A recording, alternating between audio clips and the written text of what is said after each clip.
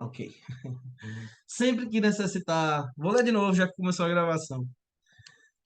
Salvo os casos estipulados em lei, é exigido da administração pública, sempre que necessitar da celebração de um contrato administrativo, que vai ser o tema da nossa aula de hoje, como a aquisição de bens ou serviços, que realize o procedimento licitatório, visando o interesse público, os princípios da administração pública e o desenvolvimento nacional sustentável. E aí, pessoal, vamos pelo menos uns 30 segundinhos aqui. Eu quero que vocês participem para a gente ir aquecendo junto. Quem estava na aula passada, o que é que vocês acham que é a resposta? Vamos lá? Vou até tomar um café esperando vocês responderem, que eu quero que a gente aqueça junto.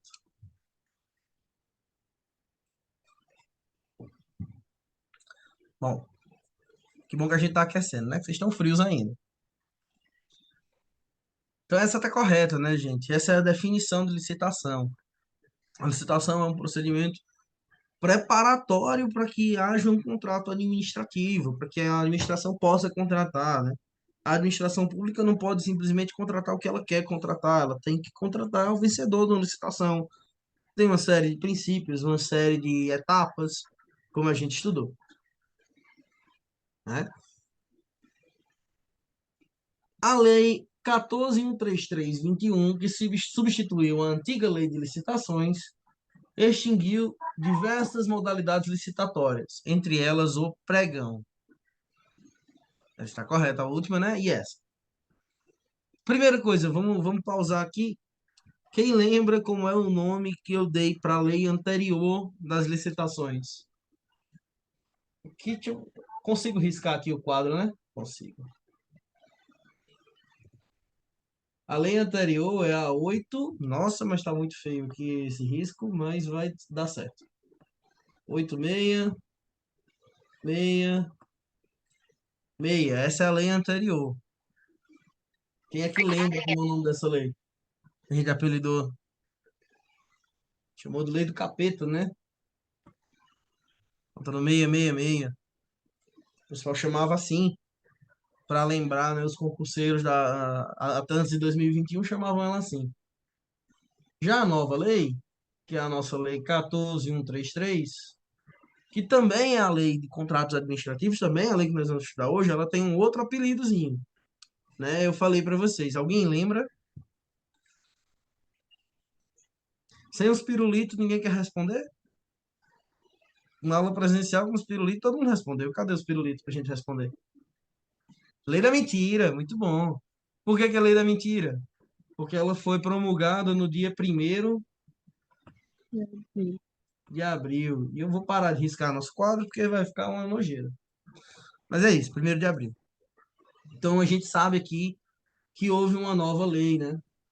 Que houve uma lei nova, e isso vai ser importante para a gente nas nossas provas. Com certeza a prova vai trazer essa diferença, pode tentar confundir a gente, falar uma coisa da lei anterior, né? Então, na segunda questão, a lei da mentira, lei que substituiu a antiga lei de licitações, que é a lei do capeta, extinguiu diversas modalidades licitatórias, entre elas o pregão. Está correto ou errado essa questão?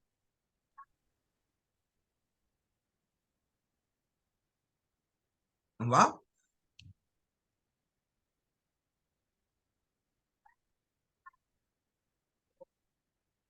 Correta? Janaína acha que está correta. Vanusa acha que está correta. Pronto, vamos lá, gente. Entre elas, o pregão. Pregão ainda é uma modalidade para gente. Tá errada essa questão, tá bom? Isso aqui tá errado. O pregão continua sendo uma modalidade licitatória. E é assim que a prova pode cobrar da gente, né? Ele pode trazer aí uma questão falando a lei nova trouxe e falar algo da lei velha. Pode trazer, tentar confundir a gente nisso aí. Mas aí quem der uma olhadinha legal naquele material da aula passada vai conseguir pegar as principais diferenças. Gabriel, vem pegar esse copo aqui.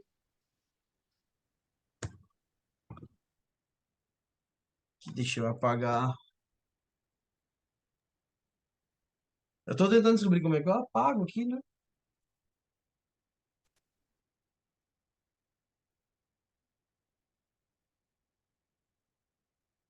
Quarta questão. Ou eu pulei uma? Pulei uma, né, gente? Pulei uma. A lei da mentira, a lei 14.133, trouxe profundas alterações para os procedimentos licitatórios estabelecidos pela antiga legislação, Lei 8.666. Pronto. Entre Tá bem. elas, podemos citar a ampliação do prazo de dispensa de licitação em caso de emergência ou calamidade pública, de 180 dias para um ano. O que vocês acham dessa daqui?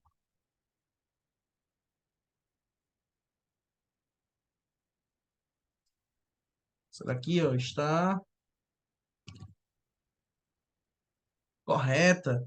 Dispensa de emergência, ela trouxe mudanças para a dispensa de emergência, ampliou esse prazo. Se vocês se depararem com uma questão assim, mesmo que vocês não se lembrem os prazos de 180 dias, de um ano, mesmo que vocês não se lembrem disso, se vocês se lembrarem que a lei da mentira nasceu no meio da pandemia, em que a gente estava vivendo uma situação de emergência, a lei trouxe muito disso. Ela vai falar muito em situações em que ela proteja a administração pública de riscos inerentes a outra pandemia, a uma guerra, a coisas assim. Então, ela é muito mais preocupada com isso do que a lei anterior, né? Então, eu imaginava que a gente ia viver a pandemia, então essa lei trouxe muito disso. Mesmo que vocês não se lembrem, o direito é muito assim, gente. Mesmo que vocês não se lembrem do prazo certinho, se vocês lembrarem o princípio, se vocês se lembrarem o motivo, é muito provável que vocês consigam acertar a questão, ou pelo menos eliminar várias questões ali, várias das alternativas, tá? Então é muito, eu me preocupo mais que vocês aprendam o motivo da coisa do que a coisa em si. Mas essa questão está correta, tá? A lei 14.133, a lei da mentira, identifica as fases do processo licitatório. A correta ordem das alternativas é preparatória, divulgação da edital ou apresentação de propostas, homologação, julgamento e recursal. Né? Tá correta? Essas fases são essas mesmas? Errada, né? Tá Qual é o erro? errado, tá? Porque homologar é depois, né? Julgamento é antes. Perfeito. A gente só vai homologar. Perfeito, muito bem. A gente só vai homologar agora o vencedor da licitação. Ou seja, a gente só vai homologar depois do julgamento, depois do recursal. Perfeito, é isso mesmo. Ah, é Qual é correto essa afirmar. questão? Essa é a quarta, foi a quarta, né? Que eu Lembrando que a tô gente está falando da aula passada, tá bom? Ah, A gente está falando da o- aula passada, só para fazer uma revisão. sim, sim. É correto afirmar que a modalidade licitatória mais robusta, capaz de adotar qualquer critério de julgamento, e aí a gente falou sobre os critérios de julgamento, né?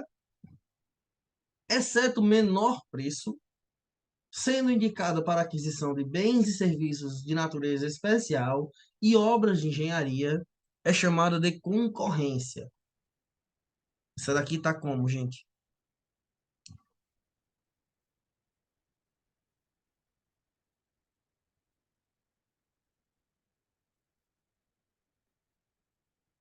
Lá? Quem tiver anotado aí na aula anterior, pode responder com base na aula anterior, tá? Não tem problema não. Eu estou na dúvida, mas eu acho que eu marcaria certo, não sei, já esqueci. Ok, ok. Essa daqui só não tá certa porque é menor preço. E na verdade Ah, a mesmo, deveria estar é maior menor, preço. tem razão. É uma casquinha de banana aí que a gente usou na aula passada.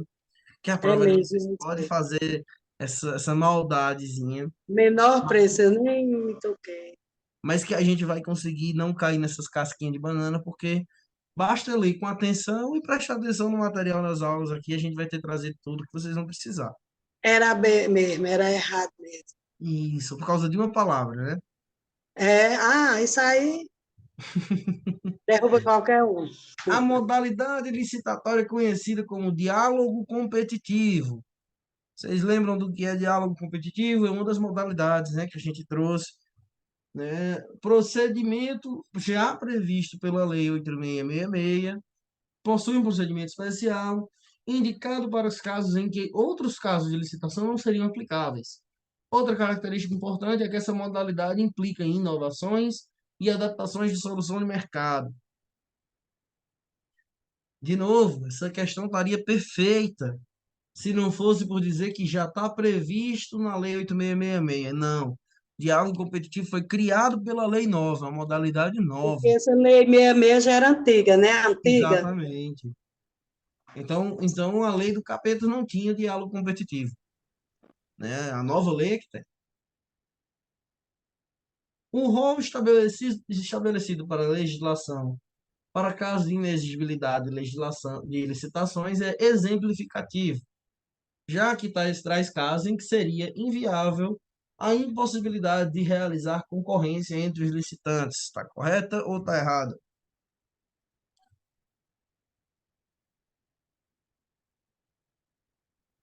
Essa daqui está correta, né? Essa daqui está correta.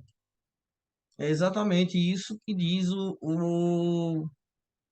a nossa definição do que é o inexigibilidade, né? Inexigibilidade de licitação.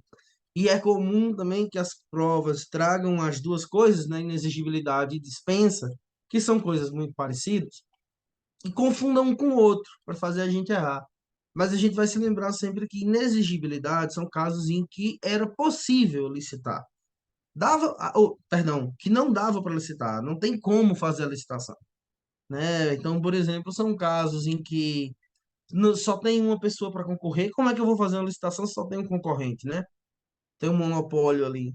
São casos em que eu estou fazendo um credenciamento, então como é que eu vou, eles não vão concorrer entre si, não tem como eu licitar. E alguns outros casos ali que o rol traz, a legislação traz, mas são, ok, já temos problema com a internet, né, pessoal do Oeste. Isso aí, Tá pessoal, vou errado, continuar. né? Essa daí é Acredito que a errada, né? essa tá, sim, essa tá certa. Essa tá certa. A certa, né? Acredito Certo. que a aula fique gravada, né? Uhum. Pronto, é a aluna que não conseguiu pela questão da internet e recebe a aula depois. Essa tá correta. E aqui não é caso de inexigibilidade de licitação. Alternativa B, né? Obras com valor inferior a R$ 100.000. Essas obras são casos de dispensa de licitação. Por quê? Porque é um caso em que eu poderia licitar, mas a lei está me autorizando a não fazer. Esse é o caso de dispensa, né? Todas as outras são casos de inexigibilidade. E aqui é correto afirmar que as hipóteses de dispensa são um rol taxativo de situações em que seria possível licitar, mas em razão da discricionariedade da administração pública, a lei permite excepcionalmente que realize contratação direta com o fornecedor. Está correto também, né? Essa é a definição. E aqui nós temos para a aluna que é novata, perdão, eu não lembrei seu nome, vi no chat, mas eu não lembrei. Se puder falar de novo. Para a aluna que é novata, aqui nós temos 4 palavrinhas já daquela que eu queria que, se você estiver anotando, eu queria que você anotasse no seu caderno aí, porque elas vão aparecer outras vezes e aí isso vai te ajudar a não cair em casca de banana, tá bom? 4 palavrinhas. Silvanira? Silvanira falou? É você que é novata, né, Silvanira? É isso?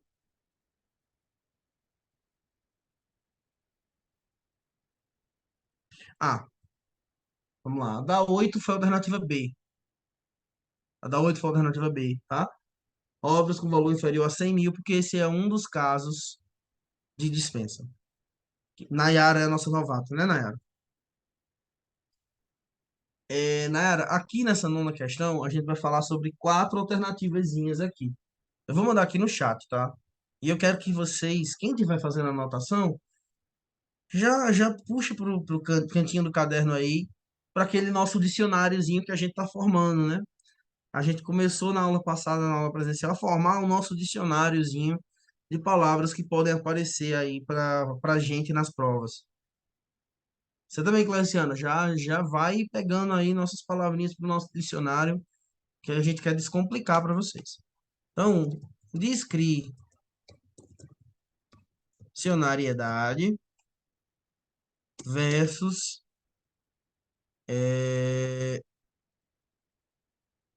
não fugiu até para mim a palavra agora. Vinculação. Essas são as primeiras duas palavrinhas. Quem aqui consegue. Quem aqui consegue já lembrar para os colegas aí, para a gente já revisar, qual é a diferença? Se alguém puder me ajudar. Qual é a diferença de uma para outra?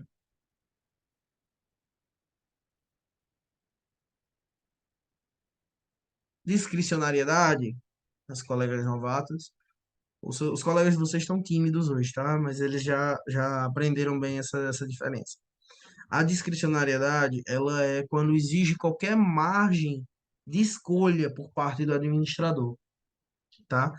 Então, quando eu falo que em virtude da discricionariedade da administração, eu estou dizendo que em virtude da possibilidade do Estado escolher aplicar ou não, fazer ou não, como fazer, o que fazer.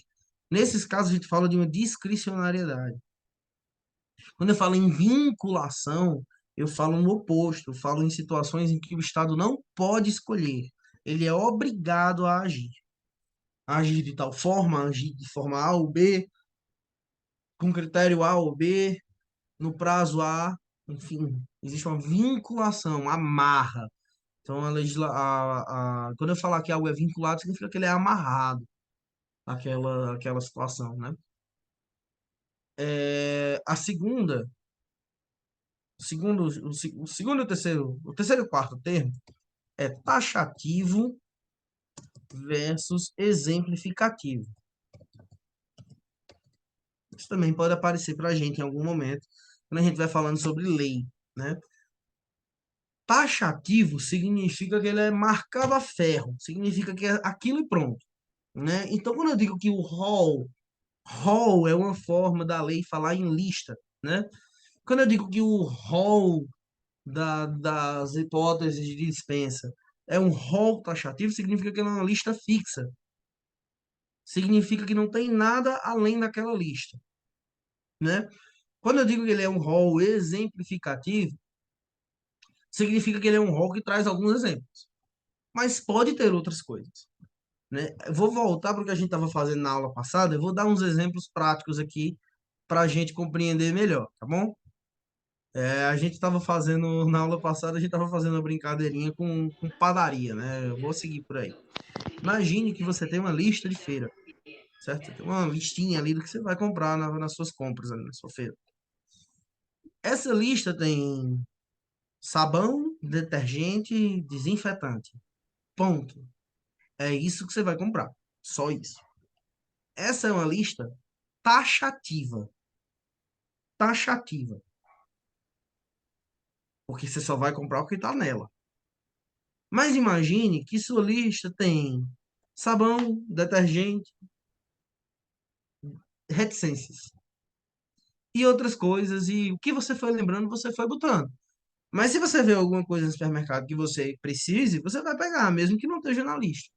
Essa é uma lista exemplificativa, tá?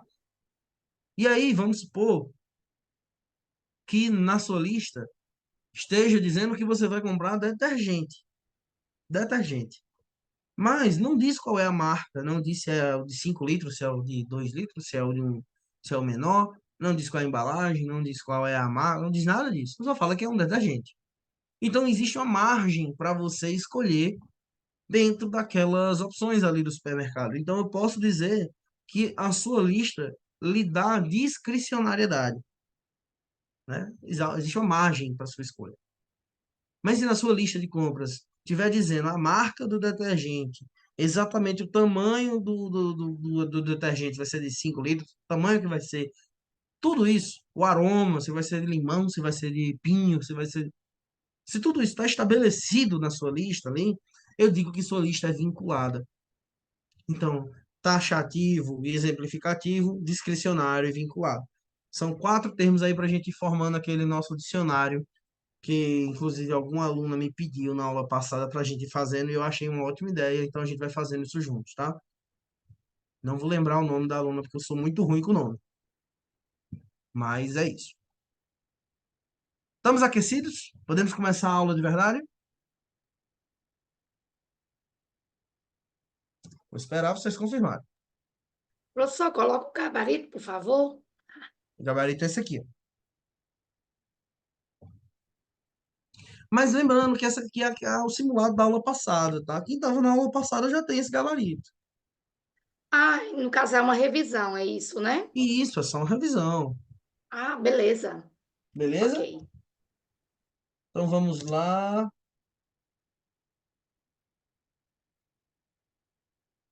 Vou trocar aqui nosso slide, tá bom? Só um segundinho.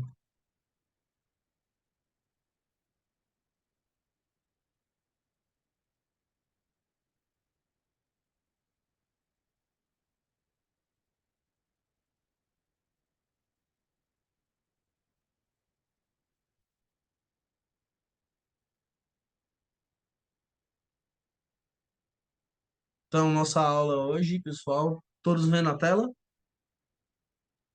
Estou. Não sei de nada de direito. Vou aprender agora.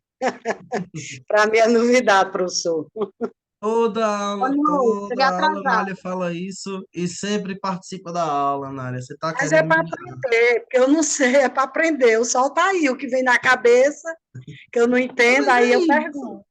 Mas eu Toda não sei aula. nada. Ó, pessoal, isso aí é a concorrente de vocês querendo deixar vocês para trás, viu?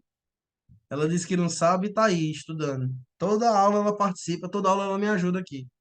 Não, mas é porque a gente tem que perguntar, todo mundo aí pergunta, é porque eu sou curiosa, eu sou assim, quando eu não sei, Muito eu gosto de bem, perguntar. Nália, isso mesmo. Vamos lá, gente. Vamos começar a nossa aula de verdade. Espero que todo mundo esteja aquecido, todo mundo esteja preparado, tá bom? Nossa aula hoje vai ser sobre licitações 2, contratos administrativos.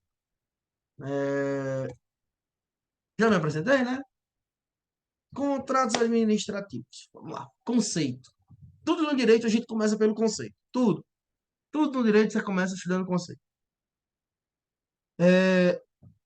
Contratos, por si só, é um ajuste de vontade, seja em qualquer esfera, tá? No direito privado também, um contrato é um ajuste de vontade, ou um ajuste volitivo, tá? Aqui já no chat, mais uma palavrinha para a gente botar no nosso dicionário, porque pode vir, se o elaborador da prova, se a banca da prova for chata, ela pode vir chamando de um acordo volitivo, que não quer dizer nada mais que um acordo de vontade. É só uma forma fresca de dizer acordo de vontade. Então, é um ajuste de vontade ou um ajuste volitivo entre a administração pública e o particular, ou a administração pública e outra entidade da administração pública. Então, sim, a administração pública pode fazer contrato com a administração pública, e isso ainda assim é um contrato administrativo. A gente pode pegar exemplos depois, tá? Se vocês não entenderem. Visando o interesse público, no qual a administração pública se vale de suas prerrogativas especiais de contratação. E nós vamos estudar a seguir, tá?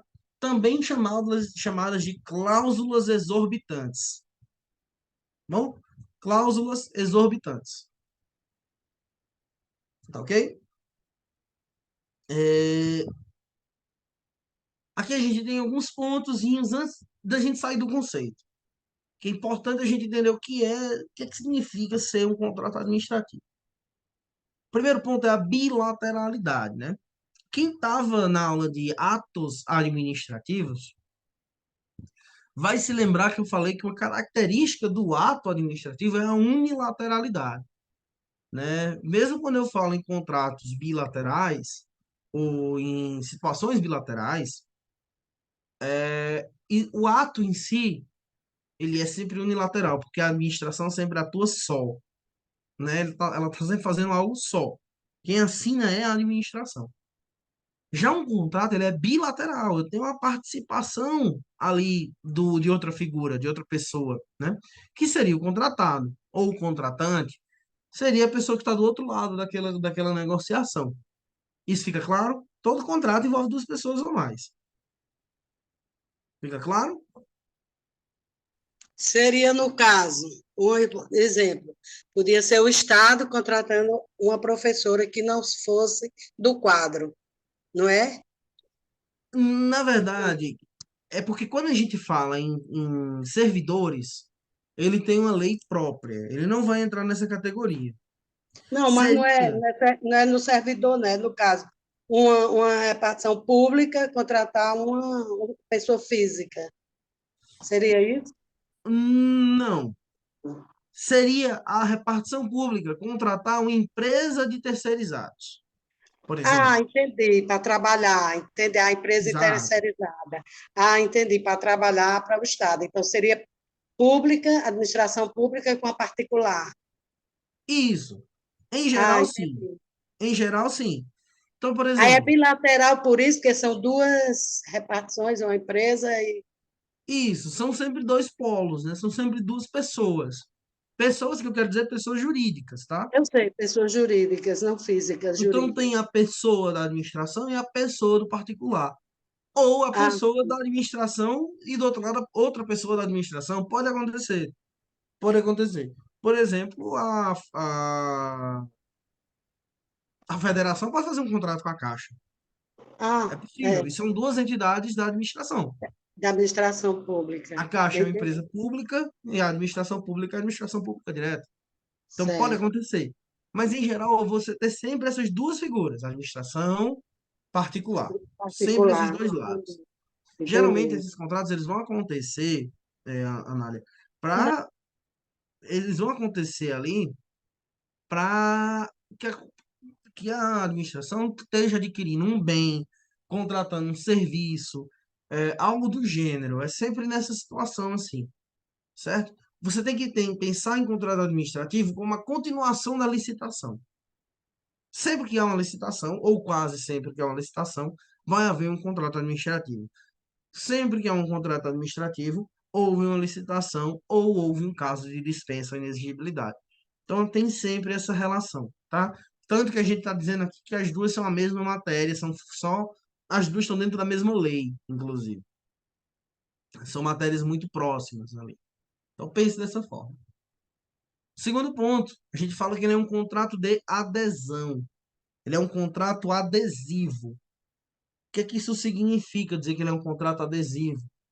Significa que as partes ali não vão negociar, tá bom? Elas não vão discutir. A administração pública vai dizer o que ela quer e você assina se você quiser. É a mesma coisa, por exemplo, de Ela vai você. impor as condições dela, né? Vai Isso, ela impor as impõe. condições dela, e se você quiser aceitar, Isso. E contratos adesivos, eles são uma realidade muito grande do nosso dia a dia. A gente só não escuta esse nome, adesivo, mas eles são uma realidade.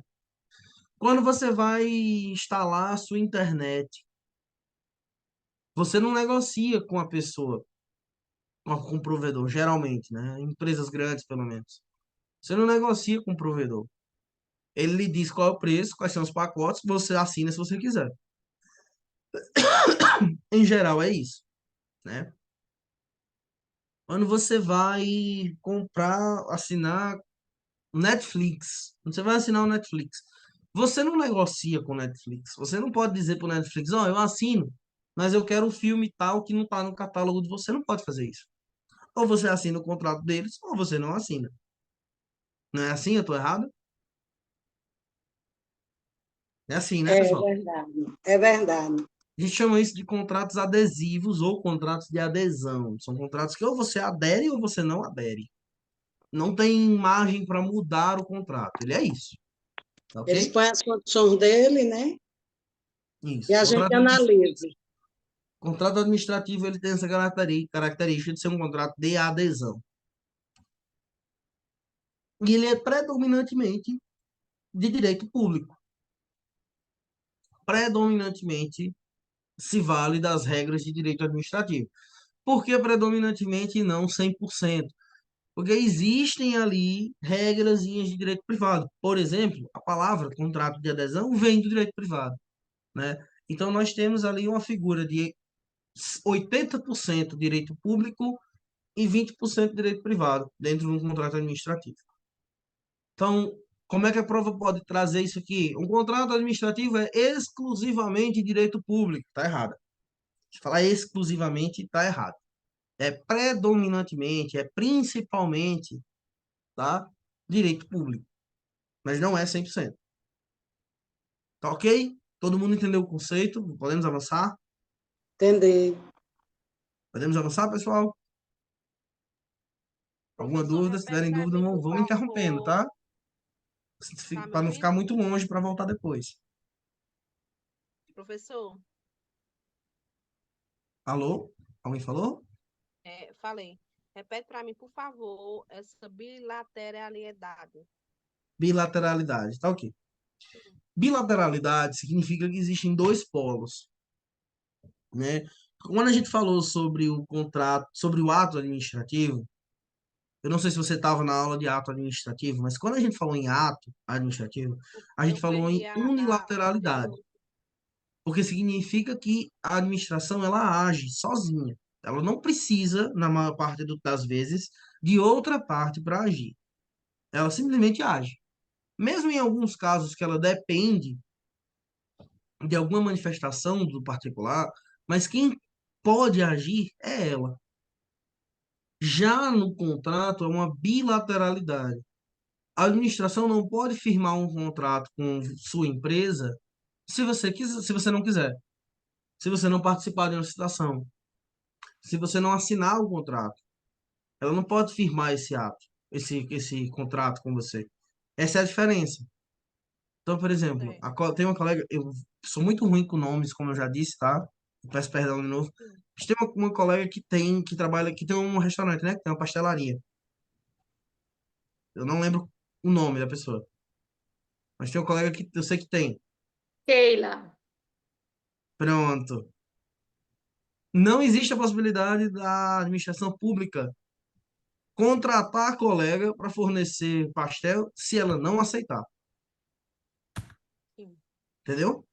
Então é um bilateral. Vou ter dois lados ali. Vai ter duas pessoas dentro daquele contrato manifestando a vontade delas. Então, quando houver a licitação para fornecimento de pastel, por exemplo, no caso da nossa colega, quando houver uma licitação para fornecimento de lanches, tudo mais, ela vai precisar enviar uma proposta para a administração pública dentro de uma licitação. Então, ela está manifestando o interesse dela de participar daquilo. Entendeu? Então, aquele contrato que vier a acontecer quando ela ganhar a licitação vai ser bilateral, dois lados. Sim. Onde os Ficou dois claro? concordam, né? Teu microfone está muito É, baixo. meu Deus. Eu Manda no entendi. chat É se ficou quando... claro, se tem mais alguma dúvida, por favor, que eu não estou te ouvindo. Certo, pois tá bom. Obrigada.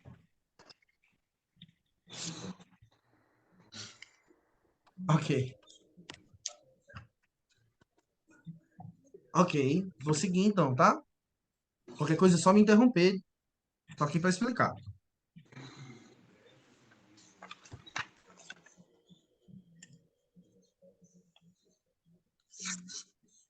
Outra questão, outra situação que pode vir como pegadinha para a gente cair, a gente não vai cair, é se a nossa prova falar em contratos da administração ou contratos administrativos, certo? São situações diferentes, ok? A administração pública, ela pode firmar contratos que não são contratos administrativos. Por exemplo, se você vai na Caixa Econômica e abre uma conta. A Caixa Econômica é um ente público, né? A Caixa Econômica é um ente público. Mas aquele contrato não é um contrato administrativo, é um contrato privado. Outro exemplo é se a administração pública, quando a administração pública faz a locação de imóveis, loca um imóvel, né? Por exemplo, por exemplo, para o funcionamento de um posto de saúde, qualquer que seja a situação, né? Ela loca ali aquele prédio, aquela sala, aquele ambiente. Aquela locação, ela não vai estar sendo um contrato administrativo, ela é um contrato privado, ela é um contrato da administração, mas não é administrativo. Essa Quer dizer frasezinha que da administração desculpa, versus quer administrativo, oi? dizer que o contrato privado não é administrativo, é da administração. Exatamente. O contrato que não é administrativo, que é um contrato privado, feito pela administração, a gente chama de contrato da administração. Tá ok? A prova pode trazer isso para confundir vocês, falar, E confunde mesmo, porque tem horizontalidade e verticalidade. Qual a diferença aí? eu vou explicar de um por um, tá? A gente vai descer aqui.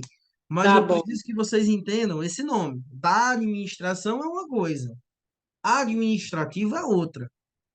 Lembra quando a gente falou sobre poderes da administração pública?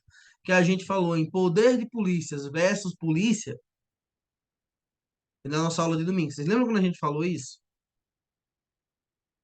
Opa, Lembro, o Janaína, poder de bem-vinda de polícia é volta. do Estado. Sim, A gente Lembro, falou, Ana, a diferença de poder de polícia para polícia, né? É a o mesma poder de coisa. polícia é do Preciso que Estado. vocês entendam a diferença de contrato da administração para contrato administrativo, tá? Então, vamos lá. Uma das grandes diferenças é essa que a Anália reparou, né? O contrato da administração, ele é horizontal. Então, ele é assim, ó, as partes estão aqui, ó, estão retas uma com a outra, horizontais. Isso significa que nenhuma das duas tem mais poder que a outra. Então, nós estamos em paridade. Então, a administração, ela contrata como qualquer outra pessoa. Quando ela está agindo dentro de um contrato da administração. Ela é uma figura qualquer.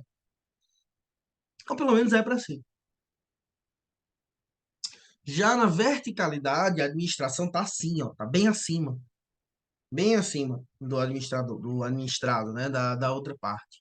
Ela tem o que a gente vai chamar de cláusulas exorbitantes, que a gente vai ver daqui a pouco, que são cláusulas que dão a elas muito mais poder do que as cláusulas normais de um contrato, né? Poderes que seriam abusivos se fosse um contrato normal. Então, no contrato administrativo, a administração tem um poder leonino, como a gente chama, um poder esmagador sobre o contratado, porque ela detém o interesse público, né? Ela é a dona do interesse público. Então, o contrato para ela está protegendo toda a sociedade. Então, é importante que ela tenha esse poder, né? E a gente fala que no contrato da administração, né, no contrato de direito privado, vão valer as regras de direito privado, enquanto no contrato administrativo vão valer as regras de direito público. Quem fica por cima, professor, aí na verticalidade, a administração fica por cima. A administração tem essa relação, ela é em cima do administrado. Ela é superior ao administrado. Essa administração seria o poder público ou particular? A Público. A administração administração é o poder público. é público, né? Aí administrativo seria os particulares. Não, não, não, não, Administrativo. pera aí. Eu estou Ah, misturando aí. pera aí. Administração Ao pública, contrário, tá aí no quadro, gente. administração pública significa poder público. Achei que a Sim, pergunta era essa. Mas o contrato da administração é um contrato de direito privado. Já o contrato administrativo é o contrato de direito público, que é o que a gente vai estudar hoje. sim, Ok? sim. Ok, Ok? ok. Boa noite, Hoje eu Célia. estou. Acho que é o começo da aula, vai ficar gravado, tá? Você pode pegar aí depois e dar uma olhada no comecinho da aula. Mas até agora a gente fez uma revisão sobre a aula passada. Eu não sei se você estava na aula passada. A gente fez uma revisão sobre licitações, porque esse nosso tema da aula de hoje, que é contratos administrativos, é muito próximo ali da aula de licitações. São temas ali coladinhos ali um no outro. Todo mundo entendeu a diferença de contrato de administração para contrato administrativo? Porque se cair em prova, vai ser querendo confundir vocês, querendo chamando um de outro, assim. Já Mas está confundindo, né? Imagina na prova. A eu não quero confusão. que, eu não quero que vocês caiam nessa confusão. Falou em da administração, privado. Falou em administrativo, é o conteúdo da nossa aula. Professor, o senhor pode repetir novamente a diferença de um para outro? Posso, vamos lá. Opa. Contrato da administração. Quando tiver o da administração, certo? Eu estou falando de um contrato privado. Por exemplo, uma locação que a administração esteja fazendo. Então, se a prefeitura está alocando um imóvel para funcionar uma repartição dela, alguma coisa assim, esse é um contrato privado. Ela está agindo dentro das prerrogativas de direito privado. Então, ele é horizontal. Ele loca como se fosse uma pessoa comum. Existem outras regras, algumas outras coisas, né? Mas ele é predominantemente direito privado. Já se eu estou falando no contrato administrativo, ele é vertical, ou seja, a administração está acima do privado. Por estar acima, eu estou dizendo que ele é predominantemente direito público, tá? E a grande diferença entre um e outro é justamente as cláusulas exorbitantes, que a gente vai falar daqui a pouco. Mas o contrato administrativo tem cláusulas que o contrato de direito privado não tem, que seria ilícito se tivesse, porque são cláusulas, quase não sai, cláusulas abusivas. Por que que elas são abusivas? Porque esse contrato pode ter cláusulas que os outros não podem, porque a administração pública detém o nosso interesse. Então, quando a administração pública ela é leonina, vou dar um exemplo assim, quando ela é leonina, com com um contratante, ela está protegendo o interesse seu, tá? Então, eu vou dar um exemplo. Se a administração pública loca um determinado espaço ali, ela vai estar dentro das regras de direito privado, ela vai estar em uma relação horizontal, ela vai ter um contrato comum ali, um contrato normal com o administrado, né? Com a pessoa que está locando. Já se ela está fazendo, desculpa, já se ela está fazendo um contrato administrativo, por exemplo, adquirindo merenda escolar, como tem um colega aqui na nossa sala, não sei se ele está presente hoje, que trabalhava com isso, ou qualquer outra situação, adquirindo os serviços da nossa amiga que tem um comércio que trabalha com lanche, adquirindo serviços, produtos, bens de qualquer natureza.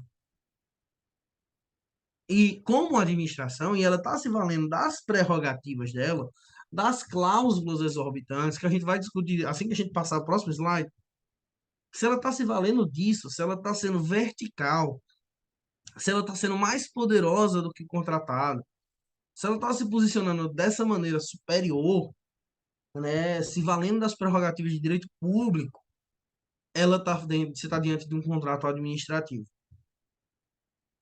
Essa é a grande diferença. Ficou claro agora? Eu vou dar um Ficou exemplo, pouquinho, eu viu? vou dar mais uma vez um exemplo do nosso cotidiano para ilustrar melhor, tá bom?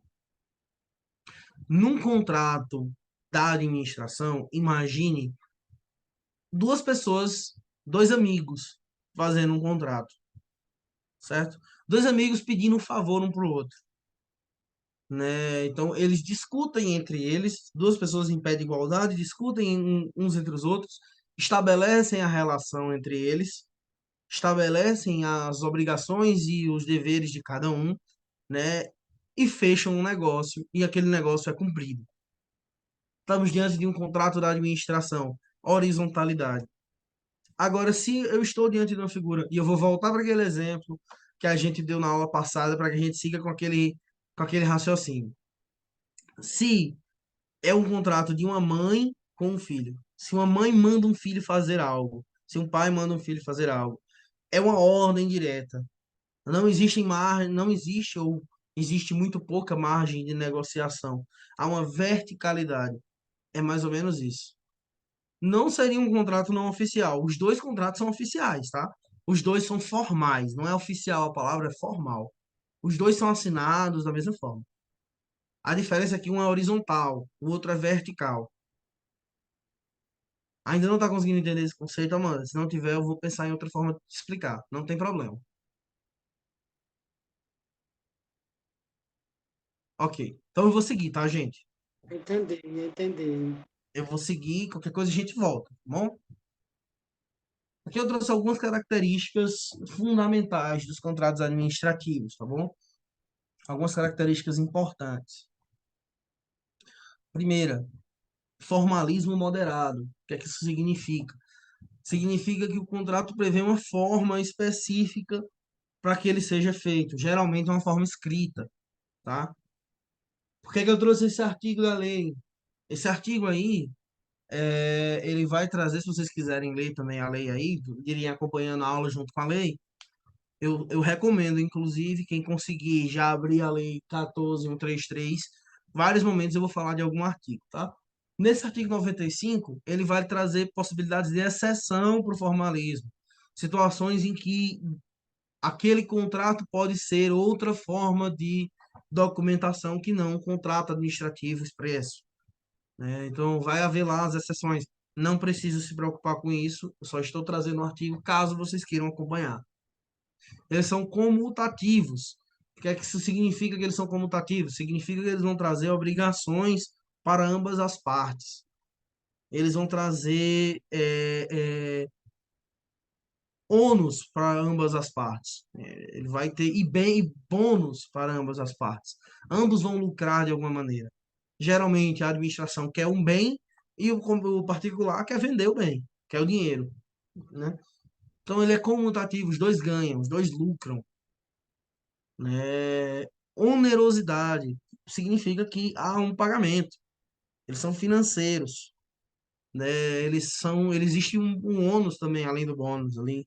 Eles existem encargos a serem desembolsados pela administração.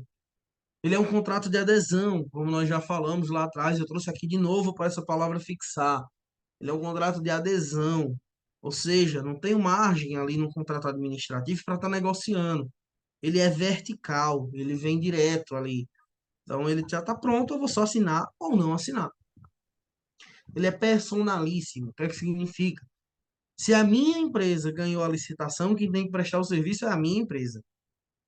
Eu não posso, eu ganhei a licitação e eu boto outra pessoa para ir no meu lugar, né? A gente sabe que esse tipo de coisa acontece, certamente aqui todo mundo, ou pelo menos alguém, vai ter uma história de uma licitação que conhece, de alguém que fez isso, ganhou a licitação e quem prestava o serviço era outra figura.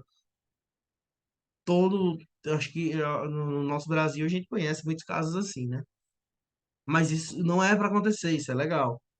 Eles são contratos personalíssimos, com a exceção do artigo 122 dessa mesma lei, que explica as hipóteses de subcontratação, tá bom? Quem estiver acompanhando, se quiser dar uma lida, é interessante, tá? Artigo 95 fala sobre formalismo, artigo 122 fala sobre a exceção da subcontratação. Vai cair em prova? É possível, porque a prova só diz qual é a lei que vai cobrar, mas é muito pouco provável que caia algo tão específico. Isso a gente vê caindo mais em concursos da área jurídica em si. Verticalidade a gente já explicou, né? A gente já explicou o que é que significa verticalidade. Imutabilidade significa que o contrato administrativo, diferente de um contrato de direito privado, ele é muito mais mutável. Ele pode mudar de acordo com o interesse da administração pública, mesmo que isso prejudique o particular. Isso é uma coisa que não existe no contrato de direito privado, porque é uma proteção ali para a pessoa que está contratando, mas no direito público isso é relativizado, isso é maleabilizado, porque a administração pública é dona do nosso interesse. Então, se for para prejudicar uma empresa em virtude de contemplar o interesse das pessoas, da coletividade, a obrigação da administração pública é fazer isso. Porque a primeira coisa que a administração pública deve defender é o interesse público e não de uma empresa. Ficou claro? Todas essas características. Querem que restou alguma dúvida? Se ficou dúvida, a gente vai de uma por uma.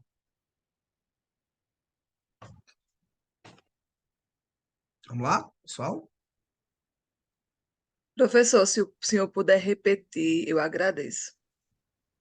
Vamos lá. Formalismo moderado. tá? Formalismo moderado significa que existe uma forma prevista para que as coisas aconteçam. O contrato ele deve ser escrito, ele tem prazos, ele tem requisitos formais. Quando eu falo em formalismo, eu quero falar em forma mesmo, a forma do contrato, tá? O contrato não pode ser oral. O contrato administrativo, tá? O contrato de direito privado pode, mas o contrato administrativo não pode ser oral, ele tem que ser escrito. Ele deve ser precedido por uma licitação. Ele tem uma série de requisitos formais que devem ser cumpridos. Por que moderado? Porque a administração pública deve ter um formalismo sempre moderado. Ela não deve ser formal demais. Significa que ela não precisa ter formas demais que vão dificultar a vida pública, tá bom? Então esse formalismo existe, mas ele tem uma certa moderação, uma certa maleabilidade, mas ele existe. Então eu trouxe aqui no artigo 95, quem estiver acompanhando junto com a lei, quiser olhar, esse artigo 95 ele vai me trazer algumas exceções, algumas situações em que o contrato pode ser menos formal, tá ok? Formalismo moderado é isso. Comutatividade e onerosidade, vou trazer os dois juntos aqui. Comutatividade e onerosidade significa que o contrato administrativo ele vai ter bens, vai ter bônus e ônus para os dois lados. Não existe um contrato administrativo em que uma das partes só se ferre, em que a empresa não vai ganhar nada. A empresa tem que receber ali pelo serviço dela, pelo bem que ela vendeu, pelo que seja. Assim como a administração tem que lucrar também a lei diante do interesse público. A administração tem que conseguir o que ela precisa, porque ela precisa pelo interesse público. Então, as duas partes vão ter esforços, as duas partes vão ter lucro, né? Vão ter ali seu bem, sua, seu favorecimento. Então, esse contrato ele tem que ser bom para todo mundo e caro para todo mundo. Em resumo, aqui a gente vai dizer que o barato não sai, o combinado nunca sai caro nem barato. O combinado é o combinado, certo? A gente vai voltar de novo para essa expressão daqui a pouco, quando a gente vai falando sobre equilíbrio financeiro. Mas comutatividade e onerosidade é isso. Eles são contratos de adesão, como a gente já falou, tá? Mas vou bater de novo nessa tecla. São contratos em que eu não tenho margem para estar negociando as cláusulas dele, porque são contratos que estão prontos, certo? Quem decide tudo é a administração. São contratos personalíssimos, isso significa dizer que quem ganhou a licitação, quem está no contrato é quem vai prestar o serviço. Então, se a minha empresa tem ganhou a licitação para construir uma obra, né, para construir uma estrada, quem tem que construir a estrada é a minha empresa. Eu não posso contratar outras empresas ali para fazer isso. Existem exceções para essa subcontratação, e essas exceções estão no artigo 122, tá? Mas não precisa se preocupar com essas exceções. Eu quero que vocês aprendam que a regra é que ele é personalíssimo. Tranquilo? Verticalidade, a gente já falou a respeito. Acho que todo mundo já entendeu bastante.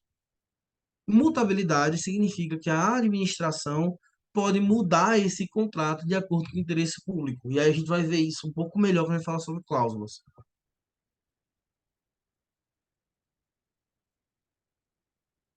Isso, é por aí, Nayara, é por aí. Quando a empresa contrata alguém, tanto a empresa vai ganhar quanto a pessoa. É mais ou menos por aí, tá? É uma boa analogia. Podemos passar?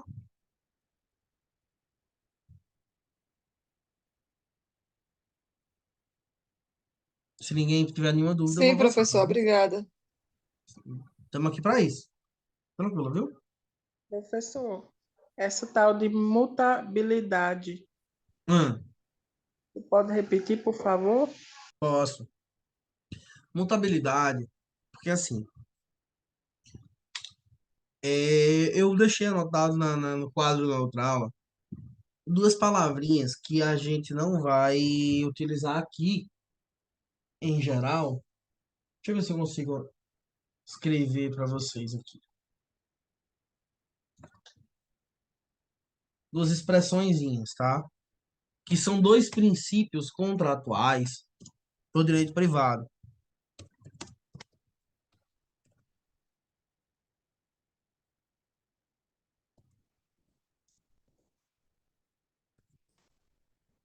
Não precisa anotar, tá? Não precisa se preocupar com essas palavras, não precisa, podem ficar tranquilos. É só para eu explicar um pouquinho melhor para vocês como é que isso funciona, só para vocês entenderem. Eu tenho dois princípios contratuais dentro do direito civil, certo? Porque contratos é uma matéria de direito civil. O primeiro é o pacta sunt servanda. O que é que significa, professor? Meu Deus do céu, já começou com latim. Pacta sunt servanda significa as partes são servas do contrato. Ou seja, eu sou obrigado a fazer o que eu assinei dizendo que ia fazer. E aí, a gente vai muito, esse princípio se assemelha muito àquelas questões que a gente vê muito do... Vou explicar o latim aqui, pode ficar tranquilo. Já ouviram aquela expressão que palavra de homem é um tiro de fuzil? Não sai, não volta, né? É isso. Pacta sunt servanda se você disse, se você pactuou, se está no contrato, se está amarrado com o cabelo do bigode, se está assinado, não volta. Você é servo da sua palavra. Você tem que cumprir o que você disse.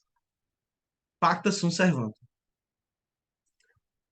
Só que aí eu tenho um outro princípio, que é o princípio rebus sixtantibus, que significa se assim as coisas permanecerem, né? Se assim as coisas permanecerem. Então, pacta sunt servanda, eu faço exatamente o que eu disse que eu ia fazer. Rebus sixtantibus, eu faço se as coisas continuarem assim. Se alguma coisa mudar, aí a gente muda junto. São dois princípios ali, são duas formas de contrato. A administração pública ela vai se valer do rebus sixtantibus. A administração pública não tem palavra. Porque a administração pública, o interesse dela é o interesse público. A administração Era isso que eu pública ia perguntar, era exatamente isso que eu ia perguntar ao professor. Se existe um contrato com esses dois pactos. existe, existe, tá? Esses dois, dentro do direito civil, essas duas cláusulas, né, pacta sunt servanda e rebus sixtantibus, são usadas juntas, elas convivem, né? Mas dentro do contrato administrativo, não. Dentro do contrato administrativo, eu vou me valer do rebus sixtantibus. Significa que a administração pode mudar as coisas. A administração não tem palavra para honrar. Ela tem que honrar ali o Sim, edital, professor, desculpa te interromper, mas te interrompendo já. sem problema. Essa questão da administração, o senhor falando que não tem palavra, a gente sabe. Mas se eu perguntar ao senhor, é um tipo de palavra que a gente não pode recorrer ou tem como recorrer? Perfeita pergunta, perfeita pergunta. Eu vou te responder essa pergunta, anota num cantinho aí. Eu vou te responder ela daqui a pouco, quando a gente chegar Tá na bom. cláusula de alteração do contrato, que é onde eu vou Então, porque eu já ia discutir. perguntar se tinha uma cláusula com essa. Tem sim. Tá, A tá gente vai bom. discutir, tá bom? Tá. A gente vai discutir isso daqui a pouco. Ótima pergunta, tá bom? Vamos lá, vamos voltar aqui.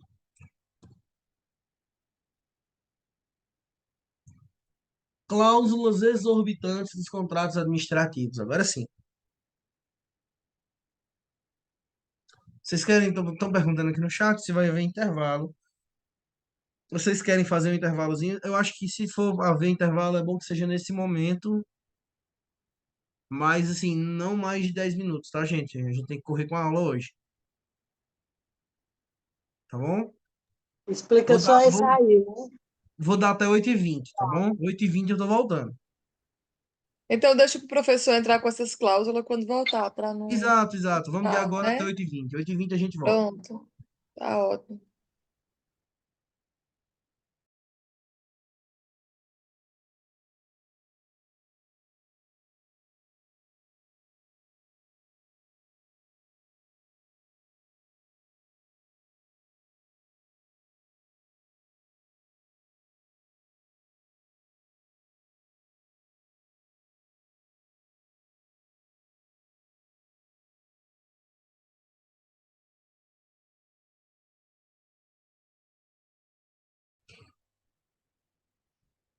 Bom, falando para a gravação aqui, tá? Nós falávamos sobre a modificação unilateral do contrato, que era uma das características das prerrogativas, de algum dos tipos de prerrogativa, e permitia que a administração pública aumentasse ou diminuísse o contrato quantitativamente ou qualitativamente, desde que de forma motivada, porque, como a gente falou assim, são decisões motivadas, em até 25% para geral e 50% para contratos de reformas.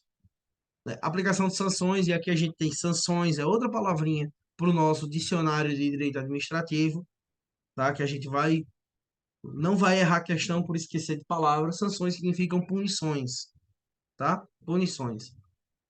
Então, a administração pública, se vocês lembrarem lá da nossa aula sobre processo administrativo, a gente falou que o processo disciplinar, né, o PAD, pode se aplicar às pessoas incluídas em contratos administrativos, porque aquelas pessoas ali estão desempenhando função, podem estar desempenhando função de servidores públicos. Podem estar.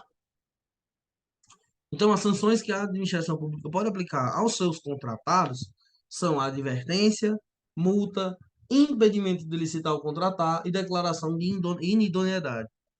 Nessa ordem, tá? A multa pode ser aplicada junto com qualquer uma das outras, tá bom? Mas a advertência, como o nome diz, é uma simples advertência.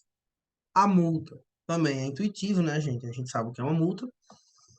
Mas essas duas, impedimento de licitar ou contratar e declaração de idoneidade, são um pouquinho diferentes. Não vamos quebrar muita cabeça com isso, mas só para vocês entenderem, impedimento de licitar é só com aquele ente. Então, se você teve um problema com a federação, com com o Estado, você não vai poder licitar por até 3 anos com o Estado. Mas se você teve um problema com o Estado do Pernambuco, você ainda pode licitar com o Ceará, você ainda pode licitar com a Federação, você ainda pode licitar com a Paraíba, e assim por diante. Já a declaração de inidoneidade é mais grave. Ela é no mínimo 3 anos, né? O impedimento é no máximo 3, ela é no mínimo 3 anos e ela é com toda a administração pública. Então, ela é uma pena bem grave mesmo. Isso aqui acaba com a empresa. Você fala em uma empresa, se ela tomar uma dessa. Só um detalhezinho a mais aí, para quem está querendo aquele bisuzinho de prova, para quem está atento para aquele detalhezinho, é que nenhum dos dois cancela os contratos administrativos vigentes, tá?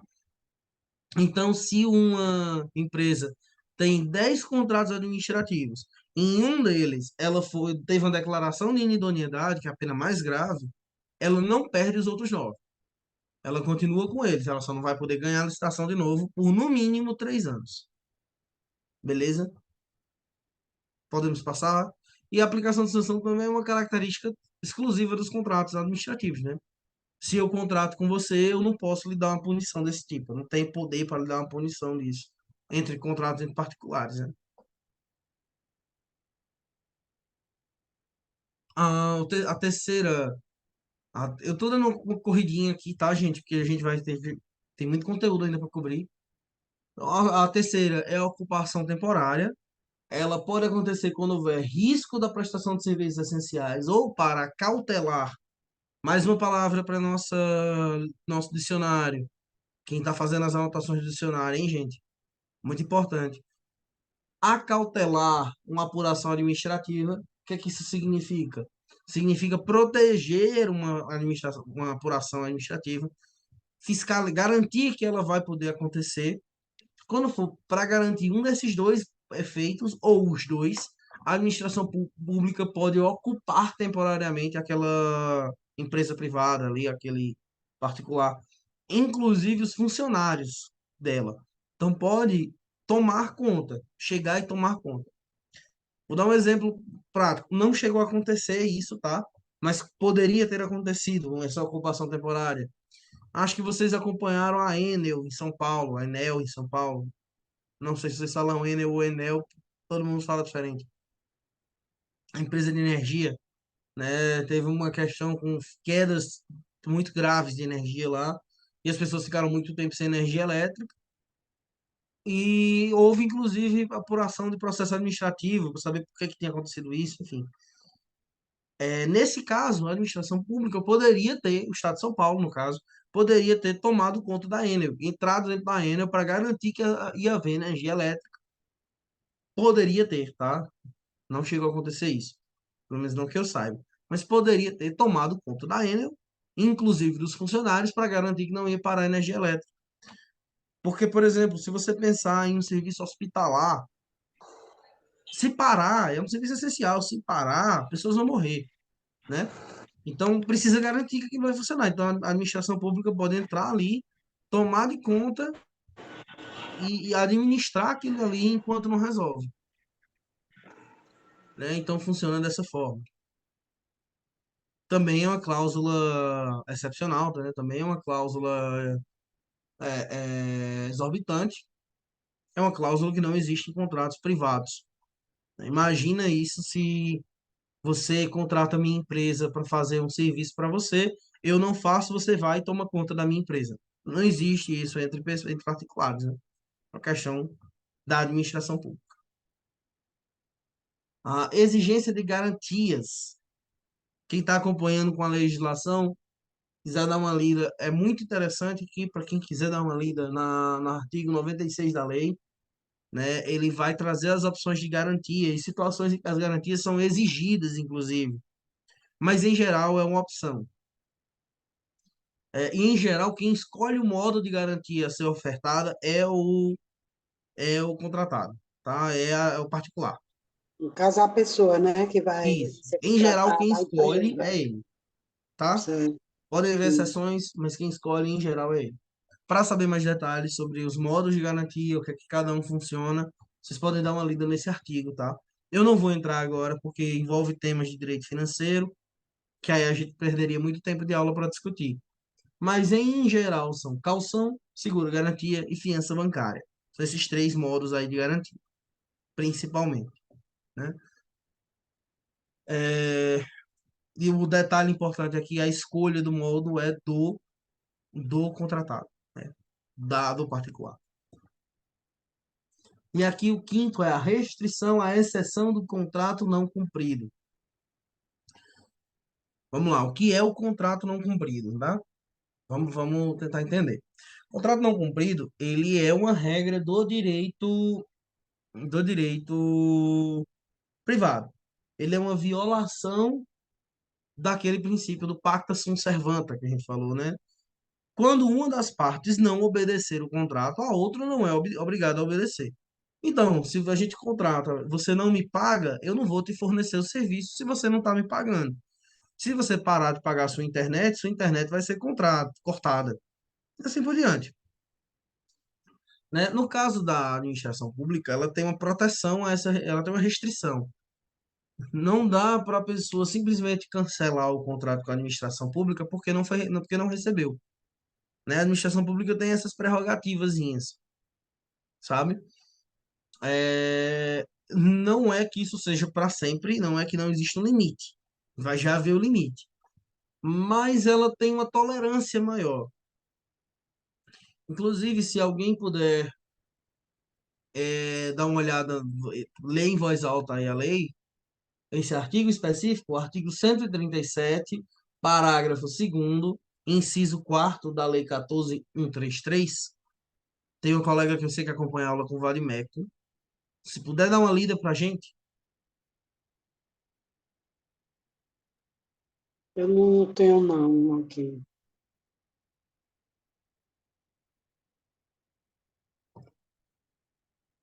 Interessante, o direito usa tanto o latim, né? Apesar que o latim é a nossa língua mãe, né? Porque do Sim, latim é que sai o português, que o direito ele vem de Roma. A maior parte do nosso direito ele vem desde o direito romano, desde a da época sabe? do Vem dos Império. romanos, né? Que falavam latim e tudo. Que é uma língua morta, né? A gente vê mais assim, direito. Bom, eu vou ler para vocês então, tá? Como não deu para ninguém conseguir ler, eu vou dar uma Aliás, lida. eu não tenho, não, aqui. Sem problema, vamos lá, vou encontrar aqui para Tenho ler. na coisa, mas se eu tirar daqui, não sei voltar, não. Sem problema.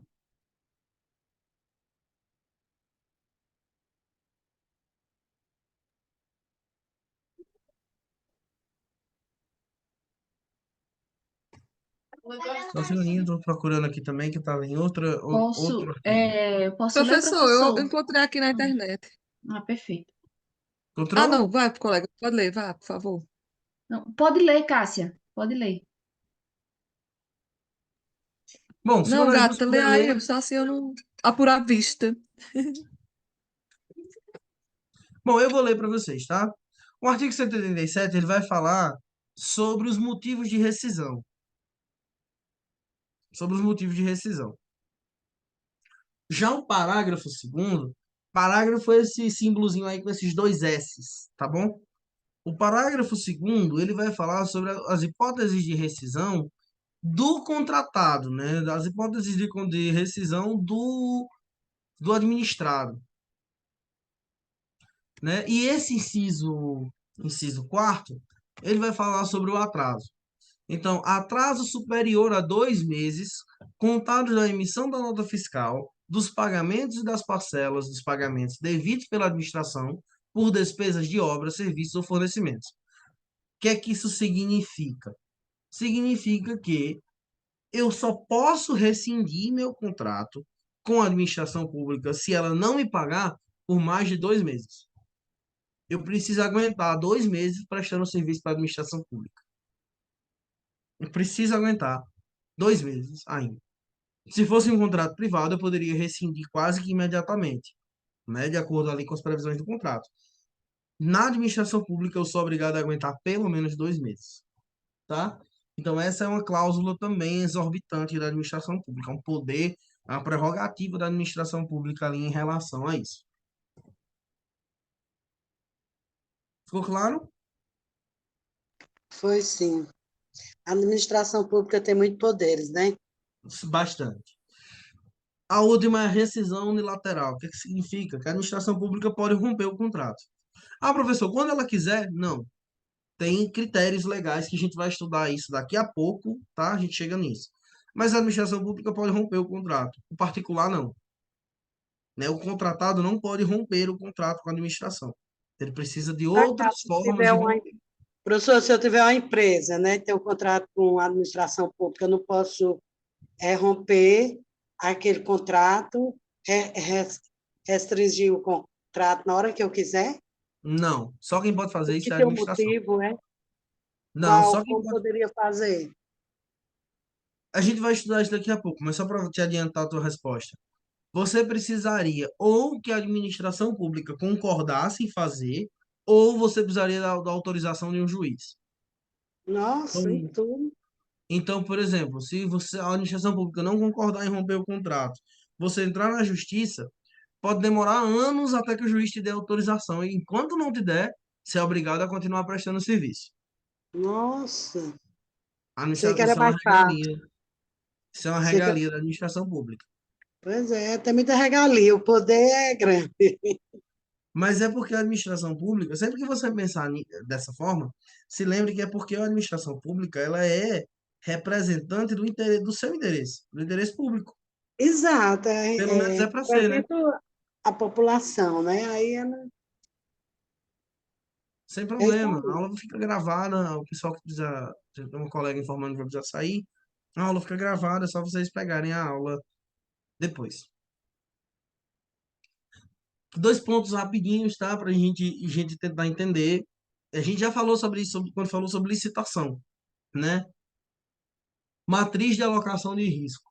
Matriz de alocação de risco é uma previsão que já existia, já é utilizado dentro do direito.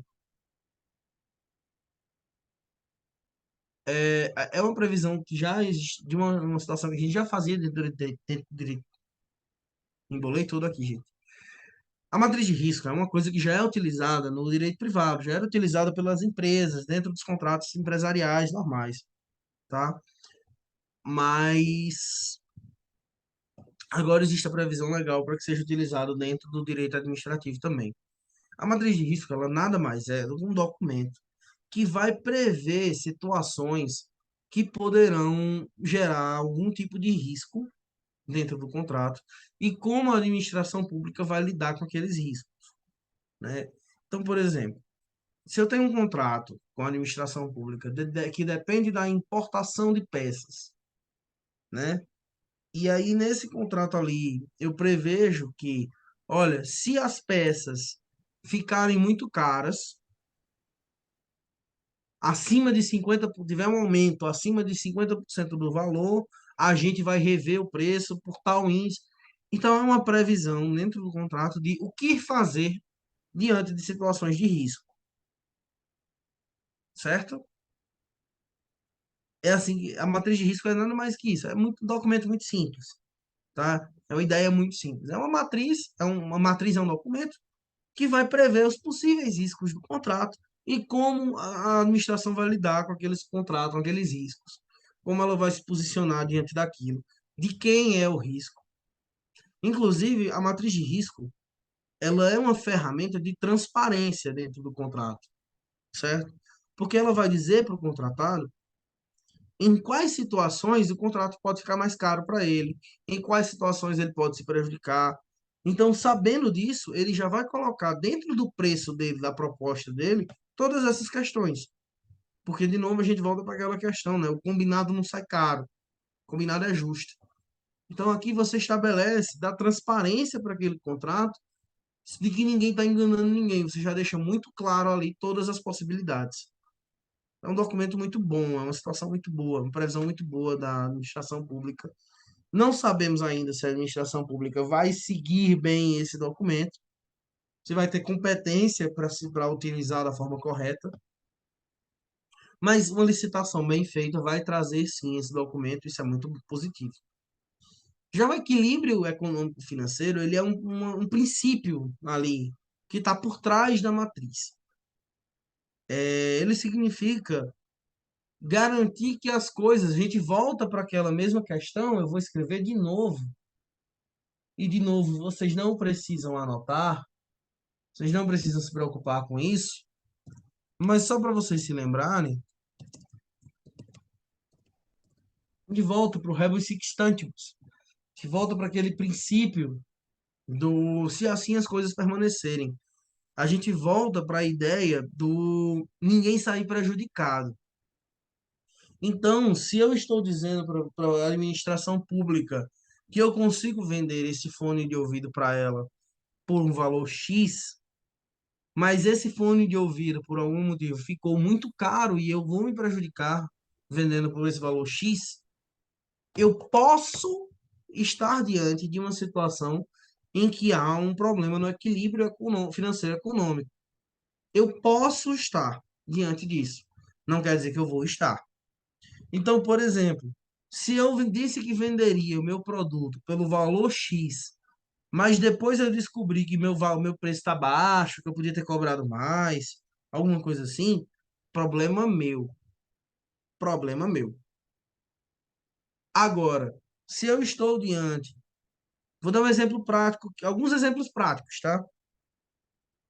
É, pronto, um exemplo muito, muito prático, que aconteceu, que eu vi na vida real. Eu trabalhava para uma empresa que tinha contratos com entes públicos ali para fornecimento de um determinado serviço. E que esse determinado serviço dependia da utilização dos postes de energia elétrica, para cá passagem de cabos, etc. Dependia da locação. A empresa locava a utilização desse espaço. Nessa locação, durante a pandemia, houve uma alteração do índice de correção monetária das locações. Essa locação, que era feita pelo IGPM, por um índice específico, passou a valer 200%. Deveria ser de 1% ao ano, passou a ser 200 e alguma coisa, por causa da pandemia. Né? Houve esse problema com relação à pandemia. Só que isso para uma escala de uma empresa que contrata milhões, milhares e milhares, milhões não, mas milhares e milhares de postos, era impossível pagar esses aluguéis, era impossível prestar o serviço. Totalmente impossível. Então, esse é um caso em que uma situação superveniente, eu vou anotar essa palavra também aqui para vocês.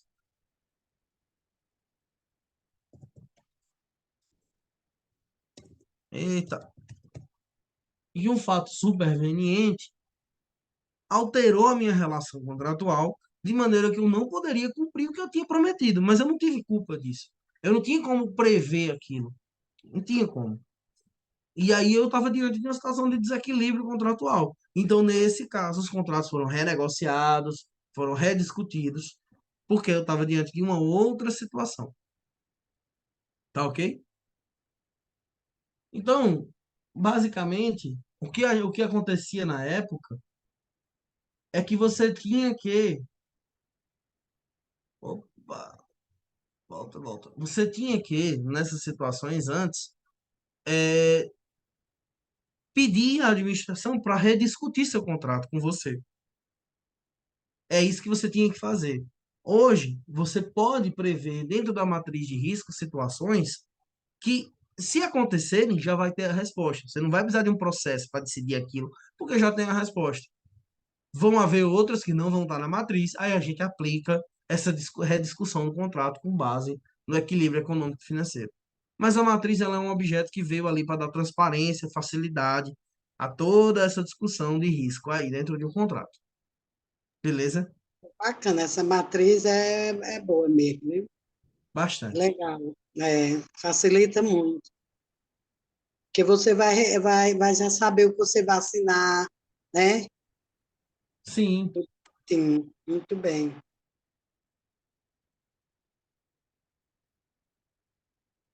Bom, seguindo aqui,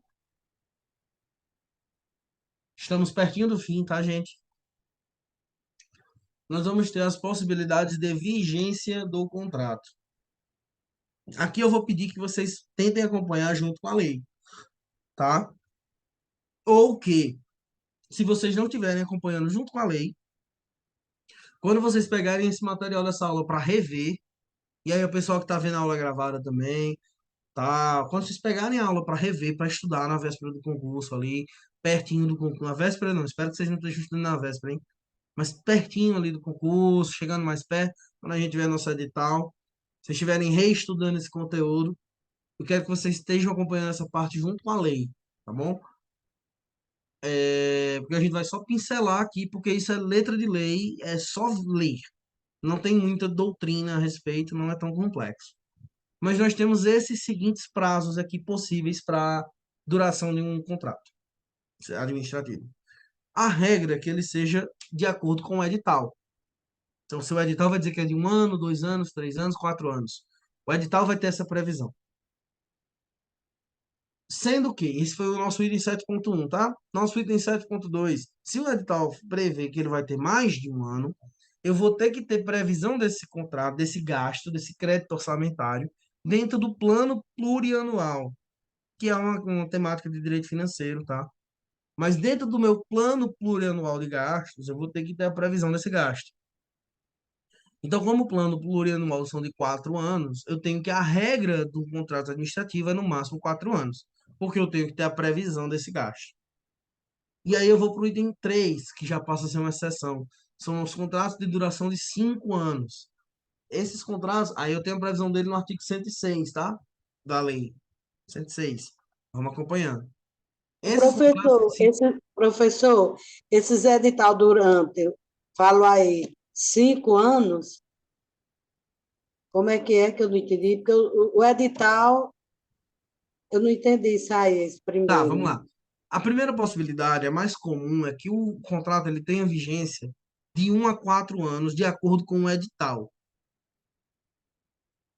O edital vai prever a vigência desse contrato ali, dentro de um plano plurianual. Plano plurianual é um documento que a administração tem que elaborar de 4 em 4 anos, prevendo todos os gastos dela, certo? Toda administração tem que elaborar esse plano. Dentro desse plano tem que haver essa previsão desse gasto, certo? Mas a regra é que a duração de um contrato administrativo ele vai de acordo com o edital. E aí ele tem que ter no máximo 4 anos ali, porque ele tem que estar dentro de um plano plurianual. Aí eu vou ter a primeira exceção dessa regra, que é uma possibilidade do contrato durar até 5 anos. Que essa previsão dessa exceção está no artigo 106 da lei. No artigo 106, eu vou ter lá a definição de quais são os serviços que eu posso ter a duração de 5 anos ou mais, até 5 anos, na verdade, que são serviços de natureza continuada. Por exemplo, merenda escolar, são serviços de natureza continuada. São serviços que não vai haver uma interrupção ali. E eu não posso garantir, Pode se tiver uma parar. interrupção, eu vou ter um prejuízo social, ok? Segunda seção, duração de até 10 anos, está no artigo 108 da lei. Para esses, geralmente tem uma lista de quais são essas situações que podem durar até 10 anos. Mas geralmente são artigos militares ligados ao Exército ou ligados ao SUS. Existe uma lista na lei explicando bem direitinho. É só ler na lei, Né, eu tá? vou procurar mesmo para eu ler profundamente. Bem, A duração de terceiro ponto, duração de até 15 anos para serviços estruturais de tecnologia da informação. Serviço de TI, né? Ali, por exemplo, o DataPrev, né, que é o sistema da, não sei se vocês conhecem, DataPrev que é o sistema da Receita do INSS, né, e também foi utilizado, por exemplo, os auxílios emergenciais, né, o sistema informacional, o sistema de computação. Esse contrato pode durar até 15 anos. 35 anos, que é a duração para os serviços de economia, né? Serviços que representem um ganho para o Estado ou que representem uma eficiência para o Estado, também chamados contratos de eficiência, né? Por exemplo, você tem ali de uma empresa contratada pelo Estado para melhorar a eficiência energética de determinada instituição, né? São contratos de eficiência. Todos esses prazos aqui, eu preciso que vocês saibam que existem prazos, tá? Eu não preciso que vocês decorem, eu quero que vocês entendam que existem prazos e qual é a situação deles. A última, que é a que eu mais quero que vocês entendam, prazo indeterminado.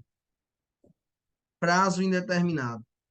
Quando é que eu posso ter contrato de prazo indeterminado? A lei anterior, ela não permitia de jeito nenhum. Essa lei permite para os casos em que a administração pública estiver contratando outro serviço público de natureza de monopólio. Por exemplo, a energia da prefeitura. Qual é? Eu não sei qual é a empresa de energia do Pernambuco. Aqui no Ceará é a Enel, aqui é a energia, CELP aqui. CELP, né? Ok. Então, a É, prefeitura tem um contrato com a CELP, né, de fornecimento de energia. Antes, na lei anterior, todo ano tinha que ser assinado um novo contrato com a CELP. Nessa lei nova, desde 2021, não precisa, é um contrato só de prazo indeterminado, tá? Essa alteraçãozinha, que parece besta, mas tem grande chance de cair em prova. Tem grande chance, porque foi uma mudança interessante trazida pela lei, que facilita muito a vida do administrador de não ter que estar assinando contratos ali que são desnecessários, porque é um monopólio. Só tem a CELP. Ele não pode assinar com outra empresa se ele quiser, só tem a CELP no estado dele.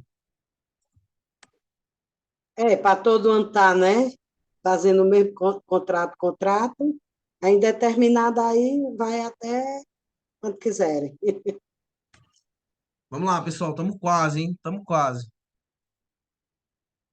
Extinção dos contratos administrativos. Eu vou ter somente 3 possibilidades de extinção, tá? Eu vou ter a decisão unilateral da administração, unilateral, quando a administração quer romper. Eu vou ter a bilateral, por conciliação, quando os dois lados querem acabar. E eu vou ter quando o administrado, ou seja, o contratado, quer romper. Então, vamos pensar num namoro aqui. Pensar num namoro aqui. Em um deles quer romper, no outro, os dois querem, no outro, o outro quer. Certo? Só são essas 3 possibilidades. Aí dentro dela nós vamos entender como é que cada um funciona. Por decisão unilateral. Primeiro caso, né? Primeiro caso. É uma cláusula exorbitante, como a gente viu. A previsão está no artigo 137 da lei. E aqui eu trouxe alguns dos, não são todos, alguns dos casos em que isso pode acontecer. Por exemplo, descumprimento do edital, alteração social, decretação de falência, atraso na obtenção de licença, são alguns dos casos. Mas é importante que vocês peguem a lei para dar uma lida aqui, tá? É importante ler esses casos. Leitura rápida, não precisa quebrar muita cabeça, mas vamos dar uma lida para fixar, tá bom? Segundo caso, por decisão consensual, também está no artigo 137, é quando os dois querem. E aí pode ser por meio de conciliação, mediação, tá? A lei diz quais são algumas formas que isso pode ser feito, mas é uma conversa entre as duas partes em que elas decidem juntos encerrar ali o contrato, tá? Não está dando certo, encerrou. A terceira, por decisão arbitral ou judicial. Essa daqui é quando o contratado quer. Como eu falei antes, né? Se o contratado quiser romper, ele não pode simplesmente chegar e dizer não quero mais. Ele precisa recorrer a uma decisão arbitral, que é uma decisão uma decisão específica ali, prevista no contrato, ou uma decisão judicial, que é o mais comum. Ele vai precisar pedir para o juiz para deixar ele romper o contrato. E aqui eu trouxe algumas das possibilidades que ele pode estar fazendo esse pedido. Então, uma alteração contratual acima daqueles 25% que a gente conversou. Uma... Se a administração suspendeu o contrato dele por mais de 3 meses. Se a administração suspendeu o contrato dele por menos de 3 meses, mas vários pedacinhos que foram dando mais de 3 meses. Atraso no pagamento por período superior a 2 meses. Então, são situações em que ele pode pedir ao juiz para romper o contrato dele. Mas ele depende do juiz para fazer isso. É isso, pessoal. A gente conseguiu chegar no fim de contratos administrativos. Alguma coisa não está clara para a gente partir aqui pro nosso simulado. Só? Vamos tentar, né? Tá bom. Se tiverem alguma dúvida, é só me avisar que a gente volta. Vamos lá. Eu vou dar 2 minutinhos aqui para essa questão.